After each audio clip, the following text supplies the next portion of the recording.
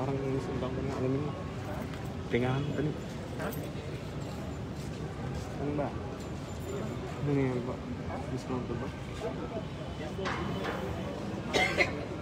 Ang alin? Ang alin?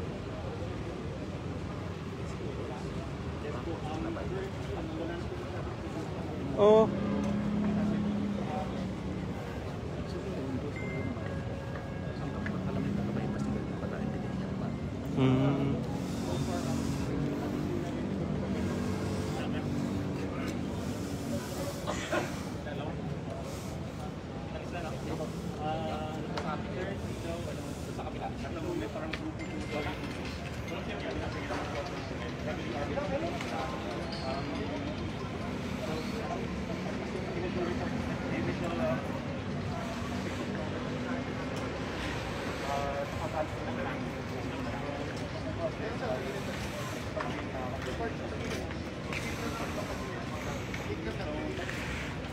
So balik tayo, no? Kanina, mga halos isang oras na rin, no?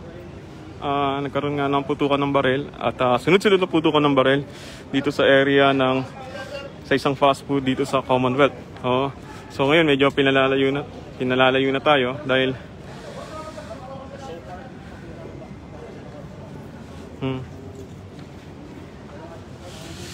layo daw tayo? Layo daw tayo? Layo?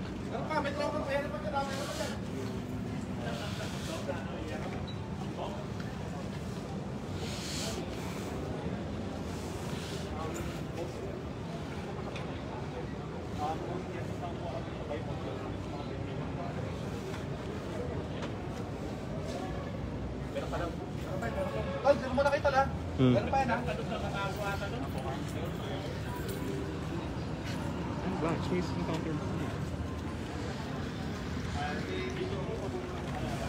So patuloy pa rin yung police operation dahil may mga tao pa rin na hinahabol yung mga kapulisan natin. Hindi pa malinaw kung anong grupo ang kanilang ka-encounter ngayon. Ano? May mga nagsasabi na miss-encounter to sa pagitan ng PIDEA at ng QC Police. Ano? Pero very sketchy pa, hindi pa malinaw kung bakit nagkaganon, kung miss-encounter nga ito. Pero wala pa tayo nakita ni isa sa mga suspect na na-recover, including kung may bangkay nga. Kaya patuloy pa rin tayo magbabantay. Malapit na tayo sa area mismo ng fast food dito sa Ever Commonwealth. Ito na yung pinaka-area. At patuloy pa rin yung operation ng mga kapulisan natin dito sa area na to. No? Kanina nga lang, ulitin ko, ay na-rescue na yung mga tauhan ng fast food na McDonald's at naipasok na sila sa isang convenience store. Sila yung mga na-trap nung naganap nga yung encounter kanina lamang.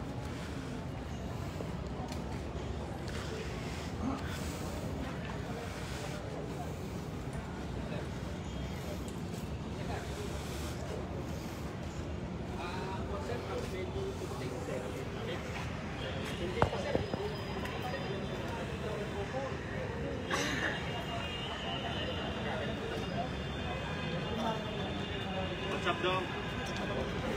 Ito. Saan na kayo na ito? Yan po, naka-black ba? Yan po. Alin ba? Yung? Okay lang. Kasi malapit na sa bahay ko actually. Kaya nakatakbo na rin ako dito.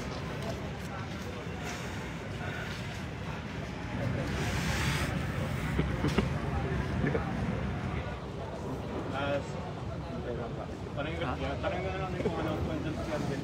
Pero okay pa naman ako dito dong. I think mas madali ako makapatuloy ng match din kasi malapit ako bakit.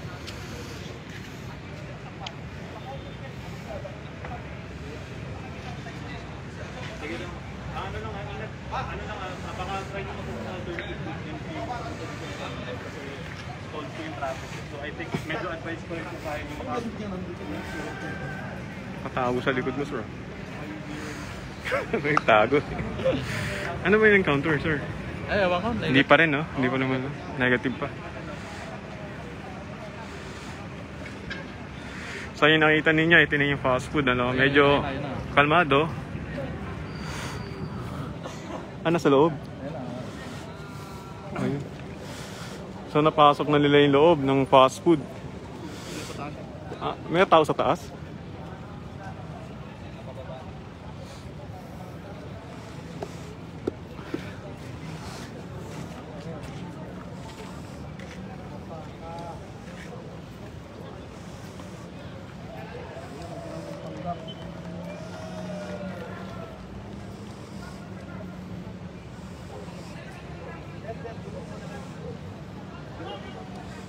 Meron pang ano sa loob, sir. Huwag mo na kayo, sir.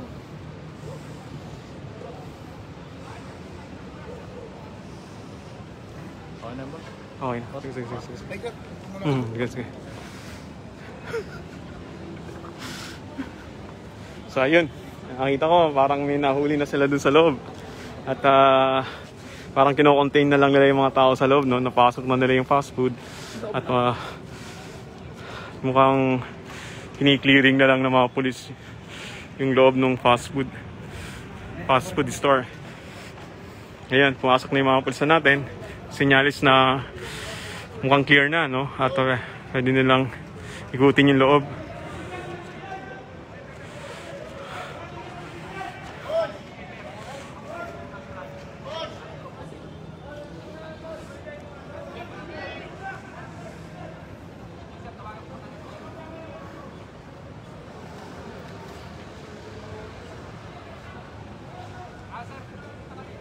Teddy. Diyan kasi.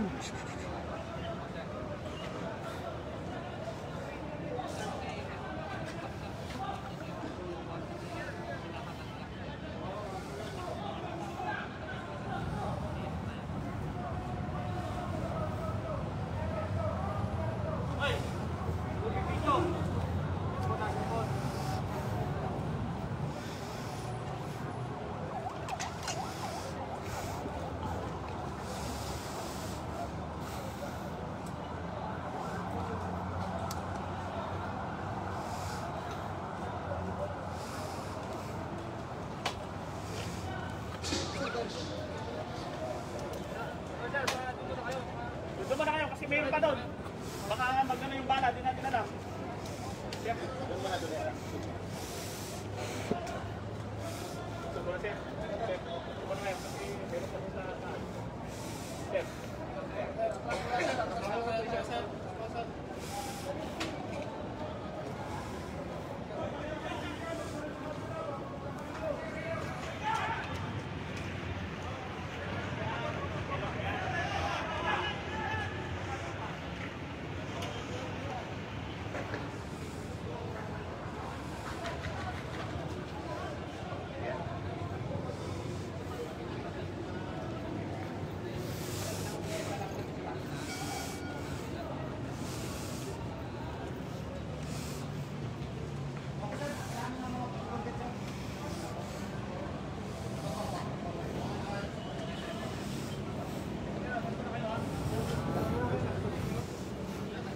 Tayo, sir. Atras. Udap lang po, sir.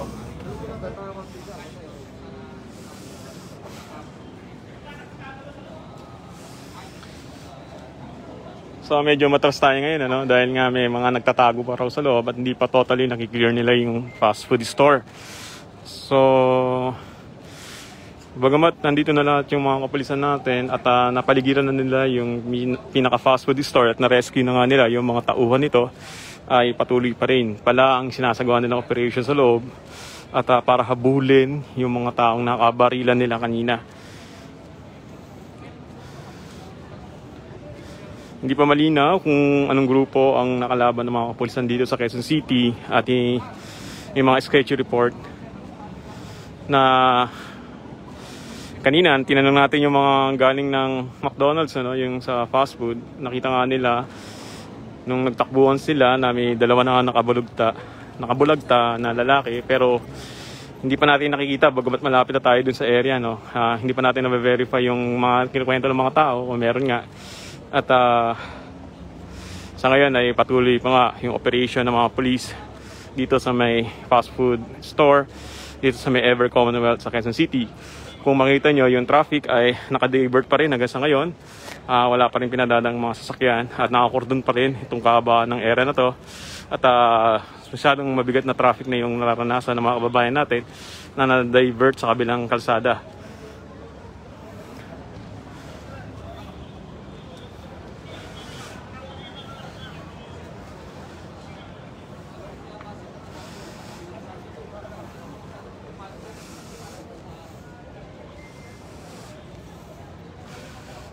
Ganap na alas 6 kanina nang makarinig tayo ng sunod-sunod na putok ng baril galing sa mga mataas na uri ng armas dahil magkakasunod ang putok ng baril at rumusponde yung mga pulis.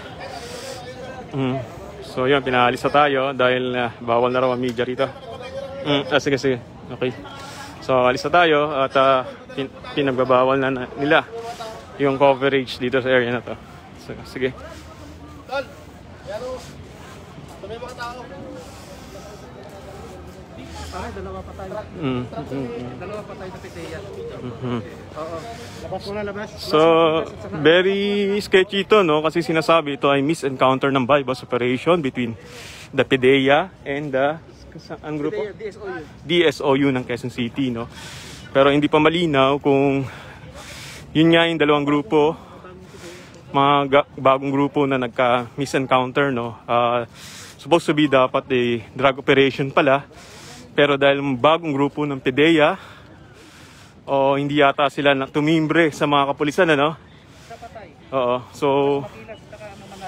So hindi pa klaro sa ngayon kung sila nga yung nagka-encounter dahil nga sa kiniklear pa ng mga kapulisan at may mga nakatago pa dun sa gusali, kaya so everybody dito dun sa area is suspected nila, no? Na suspect kasi nga kailangan identify lahat ng mga tao doon, especially yung mga na-hold doon nung nagkatakbuhan kanina, kung sino ang suspect at kung sino yung armed group.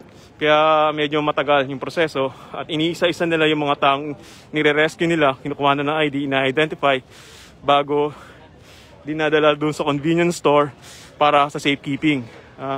Sa ngayon makita niyo yung mga kababayan natin, medyo dumami na nga, pumapal na yung tao dito sa area ng Commonwealth na nag-uusyo. So karamihan ng mga nandito ay galing dyan sa loob ng mall na nagtakbuhan kanina nung magkaroon nga ng putukan ng baril.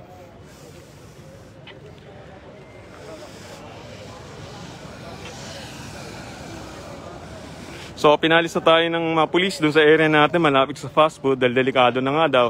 Dahil may mga hinahabol pa silang mga tao na hindi pa nila sigurado ba magpaputok pa raw ng mga baril at magiging delikado para sa amin, kaya atras muna kami rito at maya kapag naging clear na ay lalapit tayo at bibigyan ko kayo ng update kung ano nga ang tunay na nangyari sa encounter nito dito sa may fast food store dito sa Commonwealth Quezon City.